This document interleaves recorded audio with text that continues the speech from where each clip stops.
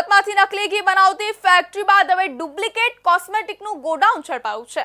Zone 1 LCB અને પુણા પોલીસે પુણા વિસ્તારમાં ગોડાઉનમાં દરોડો પાડીને 11.78 લાખનો ડુપ્લિકેટ ચીજ વસ્તુઓનો જથ્થો ઝડપાયો છે। પિતા અને બે પુત્ર ડુપ્લિકેટ કોસ્મેટિકનો વેપલો ઈ-કોમર્સ વેબસાઇટ ઉપર ચલાવતા હતા। આરોપીઓ કોસ્મેટિક ચીજ વસ્તુઓનું રો મટીરીયલ સસ્તામાં બહારથી લાવી અલગ અલગ કંપનીઓના નામવાળા સ્ટીકરો લગાવી નાની મોટી બોટલોમાં ભરી વધુ પૈસામાં વેચાણ કરતા હતા। પોલીસે પિતા બાબુભાઈ ઉકાભાઈ ચૌહાણ, નિરલ બાબુભાઈ ચૌહાણ અને સિદ્ધાર્થ બાબુભાઈ ચૌહાણની ધરપકડ કરી 25,000ના કમ્પ્યુટર અને પ્રિન્ટર કબજે કર્યા છે।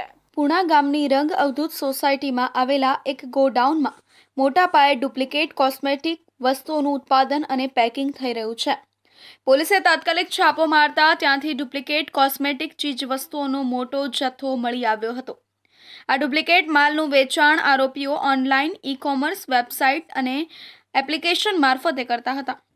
પોલીસે ગોડાઉનમાંથી આશરે ₹11.78 લાખની કિંમતનો ડુપ્લિકેટ કોસ્મેટિક ચીજ વસ્તુઓનો જથ્થો કબજે કર્યો છે। આ ઉપરાંત વેપલામાં ઉપયોગમાં લેવાતા ₹25,000ની કિંમતના કમ્પ્યુટર અને પ્રિન્ટર પણ જપ્ત કરવામાં આવ્યા છે। આ સમગ્ર વેપલો ઉત્તરાણ વિસ્તારમાં આવેલી માધવ પાર્ક સોસાયટીમાં રહેતા એક પરિવાર દ્વારા ચલાવવામાં આવતો હતો। પોલીસે આ મામલે પિતા બાબુભાઈ ઉકાભાઈ ચૌહાણ અને તેમના બે પુત્રો નિરલ બાબુભાઈ ચૌહાણ અને સિદ્ધાર્થ બાબુભાઈ ચૌહાણની ધરપકડ કરી છે। પિતા અને તેના બંને પુત્રો છેલ્લા 15 મહિનાથી ડુપ્લિકેટ કોસ્મેટિક ઓનલાઈન વેચવાનો ધંધો કરતા હતા અને લોકોને છેતરતા હતા। ડુપ્લિકેટ કોસ્મેટિક ઉપર કોઈ પણ પ્રકારની બ્રાન્ડનું નામ લખવામાં આવતું ન હતું। આ તમામ ડુપ્લિકેટ કોસ્મેટિકને એમેઝોન, ફ્લિપકાર્ટ અને મીશો જેવી વેબસાઇટ પર વેચવામાં આવતી હતી। ખૂબ જ સસ્તામાં ક્રીમ, શેમ્પૂ, હેર ઓઇલ સહિતનું ડુપ્લિકેટ બનાવવામાં આવતું હતું। ઉદાહરણ તરીકે જોઈએ તો 10 રૂપિયાની વસ્તુ 200 રૂપિયા સુધીમાં વેચતા હતા। પોલીસની તપાસમાં સામે આવ્યું છે કે આરોપીઓ કોસ્મેટિક ચીજવસ્તુઓનું રો મટીરીયલ બહારથી લાવતા હતા।